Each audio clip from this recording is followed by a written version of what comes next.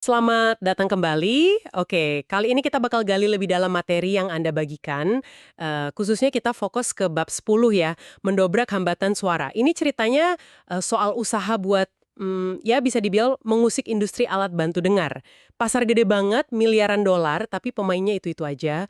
Produknya mahal, terus ya gitu deh sering dianggap bikin malu. Tepat sekali. Nah, sumber Anda ini mengupas tantangan yang, wah, lumayan pelik ya. Gimana caranya sebuah startup, namanya Ergo ini, bisa mengubah cara orang beli alat sepenting ini? Apalagi jualnya langsung online. Ini kan kayak bawa model direct to consumer, DTC itu, ke area yang, beda banget sama kacamata atau pisau cukur gitu ya. Menarik, menarik.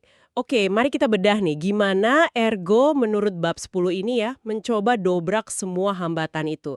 Mulai dari desain produknya, sampai model bisnisnya yang lumayan unik. Ergo ini datang dengan pendekatan desain yang beda banget ya, sumber Anda bilang kayak, Iya, kayak iPhone-nya alat bantu dengar. Kecil, hampir nggak kelihatan di dalam telinga. betul, dan bisa diisi ulang. Jauh dari kesan kaku, alat medis zaman dulu gitu ya. Visinya jelas banget, ilangin stigma. Betul. Dan kuncinya itu, model DTC-nya.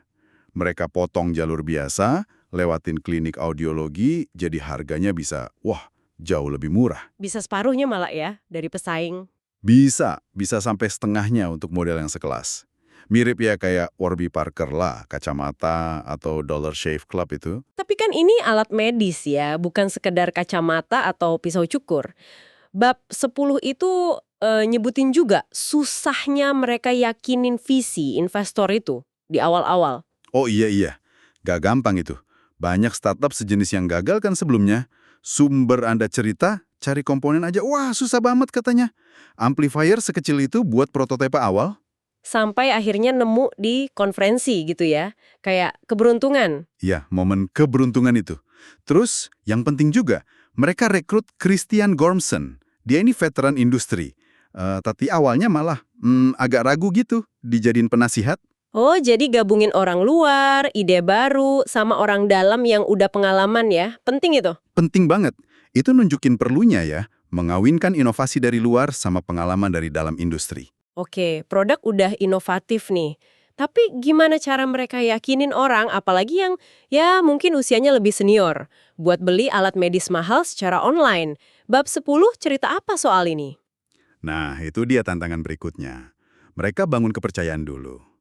Dapat izin edar dari FDA, itu Badan Pengawas Obat Makanan di AS, itu langkah kunci. Terus, mereka siapin tim audiolog sama spesialis buat konsultasi jarak jauh. Plus, ada garansi uji coba 60 hari. Itu ngebantu banget pasti ya? Iya, 60 hari lumayan lama itu. Iya.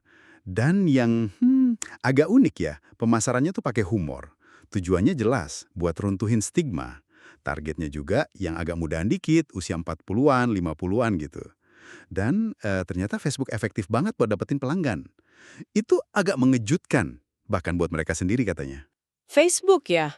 Wah, padahal targetnya nggak muda-muda banget ya. Iya, tapi ya itu, eksperimen pemasaran penting berarti ya, bahkan buat demografi yang kita kira kurang digital. Tapi nggak mulus-mulus aja kan jalannya. Ada bagian, wah kritis banget di bab 10 itu. Katanya produk generasi pertama bermasalah besar ya. Betul sekali. Itu momen kritis banget. Tingkat pengembalian produknya, return rate-nya, melonjak sampai 50%. Kebayang nggak? Waduh, separohnya dibalikin. Iya.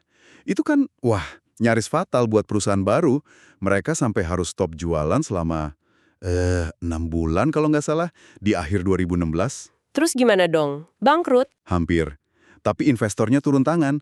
Sumber ini cerita, mereka bertindak tegas. Minta si Gormson tadi, yang veteran industri itu, buat ambil alih jadi CEO. Gantiin salah satu pendiri. Tugasnya, ia buat beresin masalah produksi sama desain. Wah, keputusan berat itu pasti. Tapi kayaknya perlu ya. Krusial banget buat kelangsungan hidup perusahaan. Ini nunjukin kalau, ya, eksekusi di lapangan itu sama pentingnya, atau mungkin malah lebih penting dari sekedar ide bagus. Dan mereka berhasil bangkit lagi ya akhirnya. Iya, dengan produk yang udah diperbaiki, mereka rilis ulang awal 2017. Penjualannya, wah, lompat jauh. Sumber Anda catat, Dari sekitar 6,5 juta dolar di 2017, jadi 24 juta dolar di 2018. Wow, naiknya cepet banget. Dan katanya berhasil narik pengguna baru yang usianya lebih muda juga ya, dari rata-rata industri. Betul, itu poin penting. Nah, ini bikin investor makin percaya lagi. Dananya ngalir lagi, gede banget. Total pendanaan visi mereka sampai 135 juta dolar di awal 2019. Gila, gede banget ya modalnya. Iya, tapi perlu dicatat juga nih. Mereka bakar uang banyak banget buat pemasaran. Lebih dari 20% pendapatan katanya. Itu jauh di atas rata-rata industri loh. Tujuannya ya buat bangun merek, langsung ke konsumen. Jadi ini buat Anda para pendengar, kasus Ergo di bab 10 ini nunjukin banget ya gimana model bisnis digital coba masuk ke sektor yang lebih rumit dan banyak aturan. Mereka nantang status quo bukan cuma soal harga sama akses doang, tapi juga soal ya persepsi orang terhadap produknya itu sendiri. Iya, betul. Kisah Ergo ini memang, ya seperti diulas di sumber Anda juga, munculin pertanyaan mendasar sih. Seberapa jauh model DTC ini bisa jalan efektif buat produk medis yang ya canggih dan butuh penyesuaian personal kayak gini?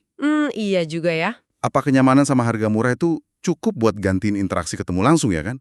Apalagi buat segmen pengguna yang mungkin belum terlalu nyaman transaksi online buat kebutuhan sepenting ini. Betul-betul. Ini jadi kayak ya medan pertarungan baru ya antara efisiensi digital sama tradisi layanan fisik di industri kesehatan. Nah ini mungkin sesuatu buat Anda pikirkan nih. Kira-kira batas antara produk teknologi konsumen sama perangkat medis itu bakal makin tipis nggak ya ke depannya? Dan gimana nanti model bisnis di kedua sisi ini bakal beradaptasi? Oke, sampai di sini dulu penelusuran kita kali ini. Sampai ketemu lagi.